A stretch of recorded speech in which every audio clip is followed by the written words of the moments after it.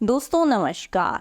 आजाद media पर एक बार फिर से आप सभी का स्वागत करते हैं। दरअसल जो हरियाणा में अप्रत्याशित हार कांग्रेस की रही, उसके बाद कांग्रेस जो है एक नए स्वरूप में हरियाणा में दिख रही है।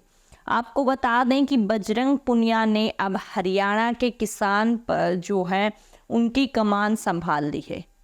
गौरतलब इस चीज़ का है कि वहाँ पर जब उनकी ताजपोशी एक तरीके से की गई, उनको वो कार्यभार सौंपा गया, उस समय भूपेंद्र सिंह हुड्डा और उनके बेटे दीपेंद्र सिंह हुड्डा कोई भी दिखाई नहीं दिया।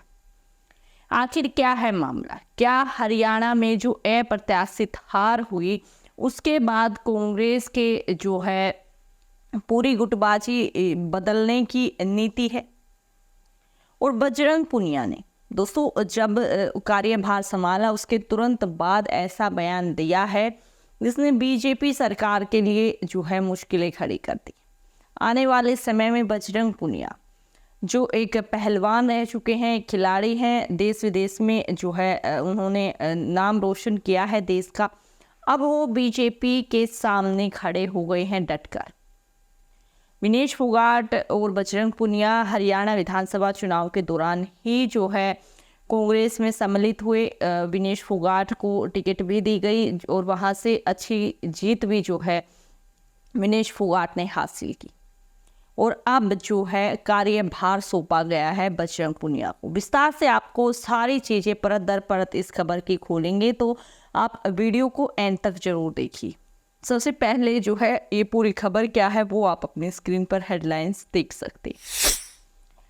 पहलवान से नेता बने बजरंग पुनिया ने मंगलवार को किसान कांग्रेस के कार्यकारी अध्यक्ष का पदभार ग्रहण किया। इस मौके पर कांग्रेस सांसद कुमारी सैलजा और पूर्व केंद्रीय मंत्री वीरेंद्र सिंह भी मौजूद रहे। हालांकि गौर करने वाली बात यह रही कि इस समय भूपेंद्र सिंह हुड्डा परिवार से कोई मौजूद नहीं था। इसके बाद सवाल उठ रहे हैं कि क्या हरियाणा कांग्रेस में नया समीकरण बना रहा है? जी हाँ, महत्वपूर्ण जो मुद्दा यहाँ पर उठा वो ये था कि जो पूरा विधानसभा चुनाव जिनके अंडर लड़ा गया, यानी कि भूपेंद्र सिंह हुड्डा, उनके परिवार से आखिर कोई भी क्यों दिखाई नहीं दिया? क्या नए समीकरण हरियाणा कांग्रेस में बन रहे हैं?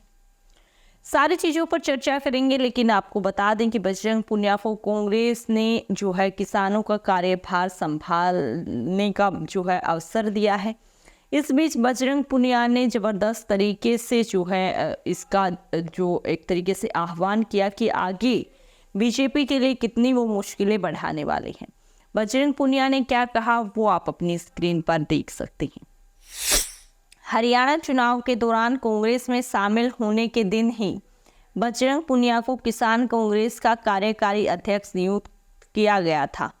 उनके साथी और दिग्गज खिलाड़ी विनेश फोगाट को कांग्रेस से जुलाना से टिकट दिया गया। उन्होंने जीत दर्ज की। बजरंग पुनिया ने पदभार ग्रहण करने के बाद एबीपी न्यूज़ से खास बातचीत में कहा कि किसानों के साथ देश में अत्याचार हो रहा है और हमारी लड़ाई उसके ही खिलाफ है। जी हाँ, एबीपी ने ये न्यूज़ छापी जिसमें बताया गया है कि बजरंग पुनिया ने अपना कार्यभार संभालते ही बीजेपी को इनडायरेक्टली चेतावनी दे दी कि जो किसानों के साथ देश में अत्याचार हो रहा है, खासकर तौर से हरियाणा पंजाब के किसानों के साथ, तो वो जो है उसी के खिलाफ लड़ेंगे।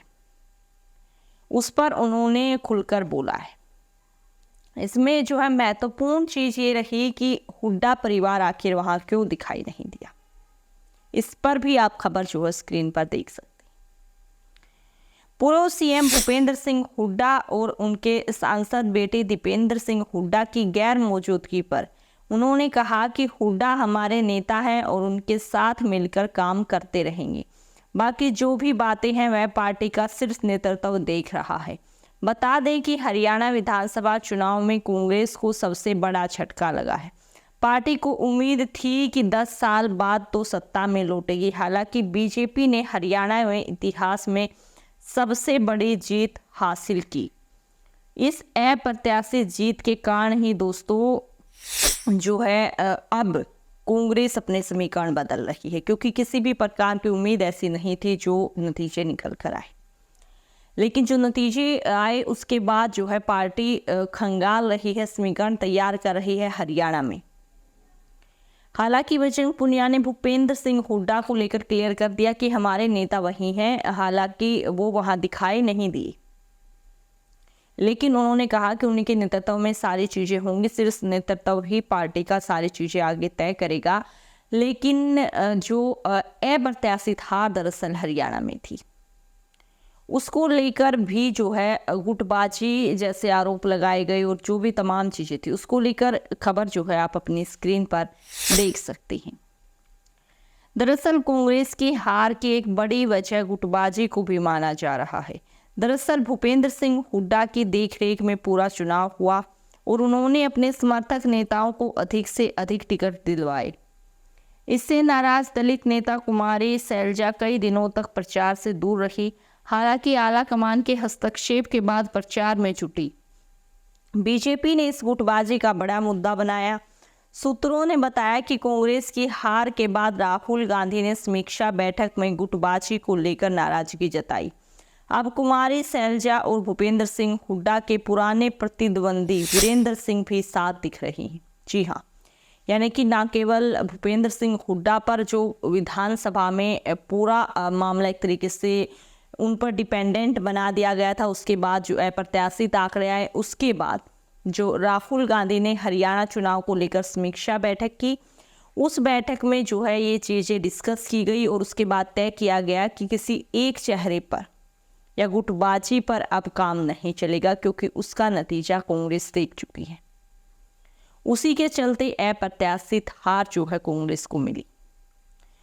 दोस्तों, आप यकीन मानिए जिस प्रकार का माहौल हरियाणा में था, जिस प्रकार से जो है समीकरण निकल रहे थे, यहाँ तक कि हर एक जो है एग्जिट पोल, हर एक एजेंसी ने जो एजेंडा पूरा रिकॉर्ड रिजल्ट तैयार किया था, वो सब कुछ फेल होकर अप्रत्याशित आंकड़े आए, जो वाकई किसी भी पार्टी के लिए जो है एक्सेप्ट कर पाना इतना आसान नहीं होता, क्योंकि अगर आपने देखी होती स्थिति।